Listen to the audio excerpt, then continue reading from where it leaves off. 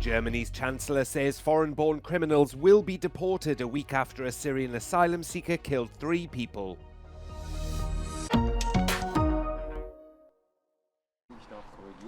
Germany's Chancellor Olaf Scholz has called the return of 28 Afghan nationals to Afghanistan a clear sign that foreign-born people convicted of a crime will be deported.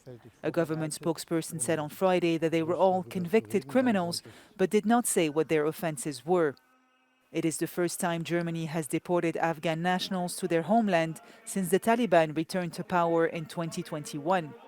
Germany does not have diplomatic relations with the group, which required the government to work through other channels to organize the deportations. They come a week after a deadly knife attack in the town of Solingen left 3 people dead and 8 others seriously wounded. The suspect, named by prosecutors as Isa L.H., is a Syrian citizen who had applied for asylum in Germany. He was arrested on suspicion of murder and membership of a terrorist organization. The Islamic State group claimed responsibility for last Friday's attack without providing evidence. Ukrainian President Volodymyr Zelensky has dismissed the commander of the country's air force 4 days after an F-16 warplane crashed and killed the pilot. In his nightly video address, Zelensky confirmed Lieutenant General Mykola Oleshchuk had been removed, saying we need to protect people and personnel. The F-16 fighter was one of 6 believed to have been delivered to Ukraine as part of a military aid package from Western allies.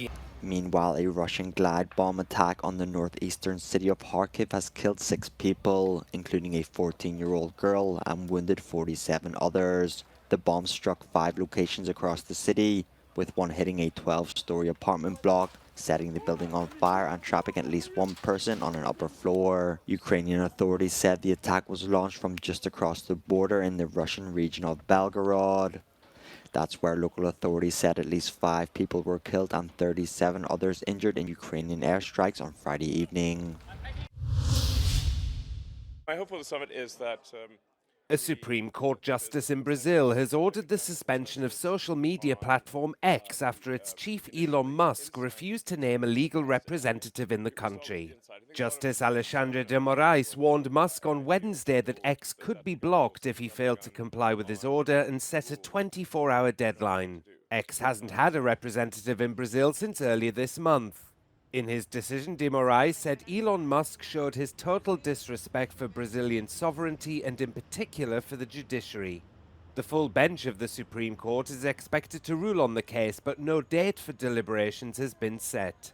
In a post on X, Musk slammed de Moraes as an evil dictator cosplaying as a judge. But in a radio interview on Friday night, Brazil's President Luiz Inácio Lula da Silva said everyone with investments in Brazil must abide by the law and respect Supreme Court rulings.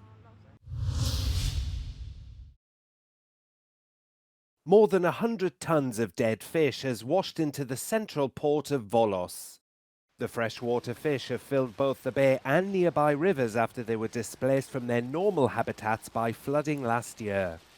Fishing trawlers have been chartered by regional authorities along with earth movers to scoop the fish out of the sea and load them onto trucks where they will be taken to an incinerator. Βρισκόμαστε σε συνεργασία με όλο τον κόσμο που θέλει να βοηθήσει να φύγει αυτό το φαινόμενο, να τελειώσει όσο το δυνατόν συντομότερα. Ο Περιφερειάρχης μας ζήτησε την κήρυξη του νομού σε έκτακτη ανάγκη.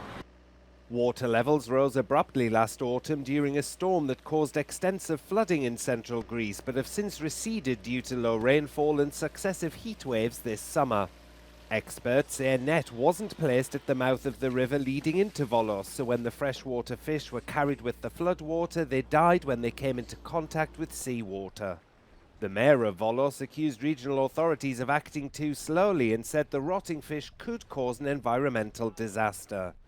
And the city's Chamber of Commerce said it was taking legal action to seek damages after commercial activity in the popular tourist destination dropped by an estimated 80% over the last 3 days.